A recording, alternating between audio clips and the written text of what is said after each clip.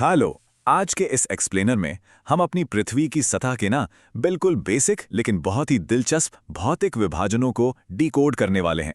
मतलब अंतरिक्ष से देखने पर तो हमारा ग्रह एकदम शांत, नीली और हरी सी गेंद जैसा लगता है ना? लेकिन सच बताऊं तो इस सतह के ठीक नीचे एक बहुत ही डायनामिक और कमाल की संरचना छिपी हुई है। तो चलिए मिलकर समझते हैं कि हमारी ये पृथ्वी भौगोलिक रूप से आखिर बटी कैसे है। तो आज का हमारा एजेंडा क्या है, फटाफट देख लेते हैं। सबसे पहले पृथ्वी की संरचना और उसके दो मेन परिमंडल। दूसरा स्थलमंडल और हमारे 7 महाद्वीप। फिर तीसरा उत्तरी गोलार्ध में जमीन का डिस्ट्रीब्यूशन।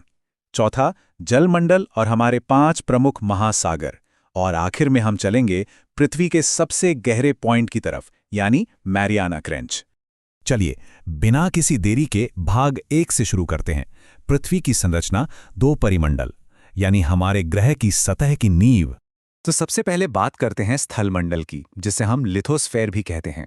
आसान भाषा में समझें तो ये पृथ्वी की सतह का वो ठोस, सॉलिड हिस्सा है। इसमें क्रस्ट और मैंटल का बिल्कुल ऊपरी हिस्सा आता है। और पता है, ये कोई एक सिंगल जमीन का टुकड़ा नहीं है, बल्कि ये विशाल, बहुत ही धीमी गति से खिसकने वाली टेक्टोनिक प्लेटों में बटा हुआ है। यही वो सॉलिड बेस है जिस पर हमारे सारे बड़े बड़े महाद्वीप टिके हुए हैं।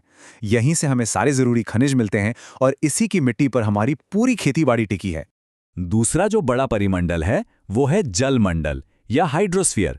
नाम से ही समझ आ रहा होगा, ये पृथ्वी का वो विशाल हिस्सा है जो पूरी तरह पानी से ढका है। और हाँ, इसमें सिर्फ समंदर नहीं आते, इसमें महासागर, समुद्र, झीलें, नदियां, यहां तक कि जमीन के नीचे वाला पानी यानी भूजल भी शामिल है। हमारी ग्लोबल जलवायु को कंट्रोल करने में और इतने सारे जलीय जीवों को जिंदा रखने में इसका रोल बिल्कुल क्रूशल है। अब आगे बढ़ते हैं भाग 2 की तरफ, स्थलमंडल और हमारे 7 महाद्वीप। चलिए इन प्रमुख भूभागों को मैप करते हैं।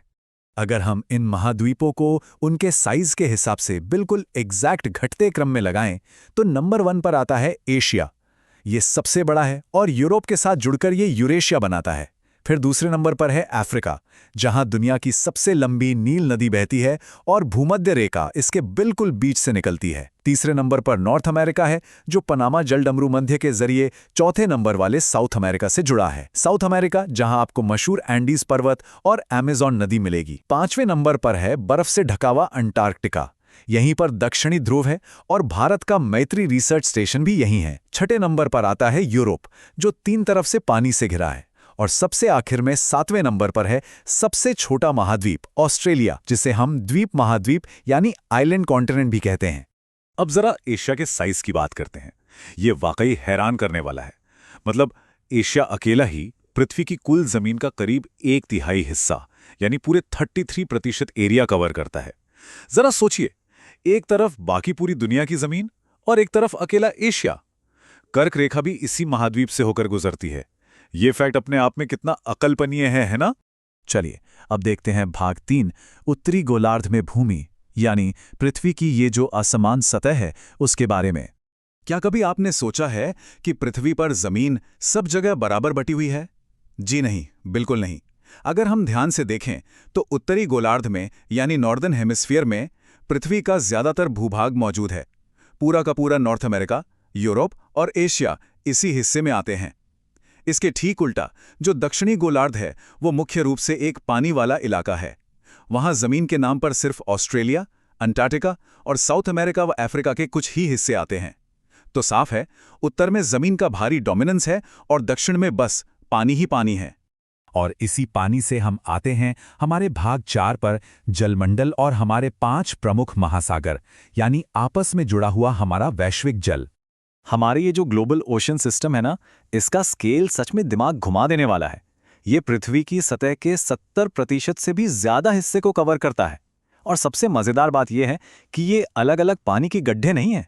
ये सारे महासागर आपस में जुड़कर एक सिंगल विशाल सिस्टम बनाते हैं। लहरों, ज्वार भाटों और महासागरीय धाराओं की वजह से ये पानी कभी रुकता नहीं है, हमेशा गति में रहता है। और यही मूवमेंट हमारी दुनिया के मौसम और जलवायु को कंट्रोल करने वाला सबसे बड़ा फैक्टर है। अच्छा, जैसे हमने महाद्वीपों को साइज के हिसाब से देखा था, वैसे ही इन 5 प्रमुख महासागरों को भी देखते हैं। ये भी बहुत दिलचस्प है। सबसे विशाल है प्रशांत महासागर। इसका आकार लगभग गोल यानी वृत्ताकार है। दूसरे नंबर पर है अटलांटिक महासागर, जो एस शेप का है और अपनी कटी भकी तटरेखाओं की वजह से ये दुनिया का सबसे बिजी व्यापारिक रास्ता है। तीसरा है हमारा हिंद महासागर, जो त्रिकोणीय है और इकलौता ऐसा महासागर है जो एक देश के नाम पर है, और ये अपनी मानसूनी हवाओं के लिए जाना जाता है। चौथे नंबर पर है दक्षिणी महासागर, जो अपनी बहुत तेज पछुआ हवाओं के साथ अंटार्कटिका को चारों तरफ से घेरता है। और पांचवा सबसे छोटा है आर्कटिक महासागर, जो नॉर्थ पोल के पास है और ज्यादातर समुद्री बर्फ से ही ढका रहता है। अब जरा प्रशांत महासागर की विशालता का अंदाजा लगाइए। हमने देखा था कि एशिया ने जमीन का 1/3 हिस्सा लिया हुआ है, राइट? प्रशांत महासागर का डोमिनेंस उससे भी कहीं ज्यादा है। ये अकेला महासागर हमारी पूरी पृथ्वी की कुल सतह, हाँ, जमीन और पानी दोनों मिलाकर कुल सतह के 1/3 से भी ज्यादा हिस्से को कवर करता है। ये इतना बड़ा है कि इसे इमेजिन करना भी मुश्किल हो जाता है। अब आगे बढ़ते हैं भाग 5 पर, महासागर की गहराई, मारियाना ट्रेंच। चलिए पृथ्वी की चरम सीमा तक नीचे उतरते हैं।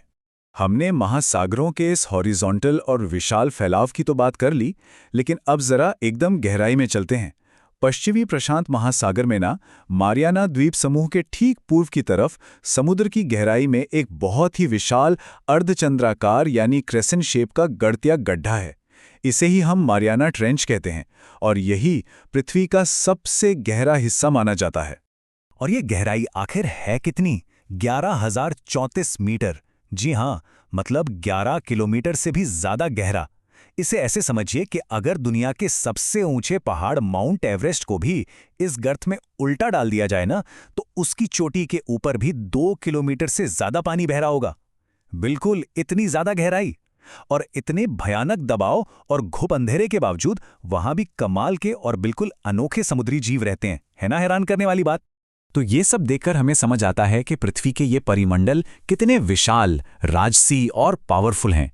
लेकिन एक बहुत ही कड़वा सच ये भी है कि ये मानवीय गतिविधियों को लेकर बेहद सेंसिटिव हैं। मतलब हमारा स्थलमंडल लगातार बहुत ज्यादा माइनिंग, वनों की कटाई और तेजी से बढ़ते शहरीकरण की वजह से अपना असली रूप खो रहा है। और दूसरी तरफ हमारा जलमंडल भयानक प्रदूषण, ओवरफिशिंग और क्लाइमेट चेंज के कारण बुरी तरह डैमेज हो रहा है। इन दोनों ही सिस्टम्स को अभी सस्टेनेबल मैनेजमेंट की बहुत सख्त जरूरत है। और यही बात हमें आज के इस एक्सप्लेनर के आखिर में एक बहुत ही सोचने वाले सवाल पर लाकर खड़ी कर देती है। हमारे ग्रह के भविष्य और इसकी सेहत को सुनिश्चित करने के लिए हम इंसान स्थलमंडल और जलमंडल दोनों पर अपने इस भारी प्रभाव को कैसे बेहतर ढंग से बैलेंस कर सकते हैं।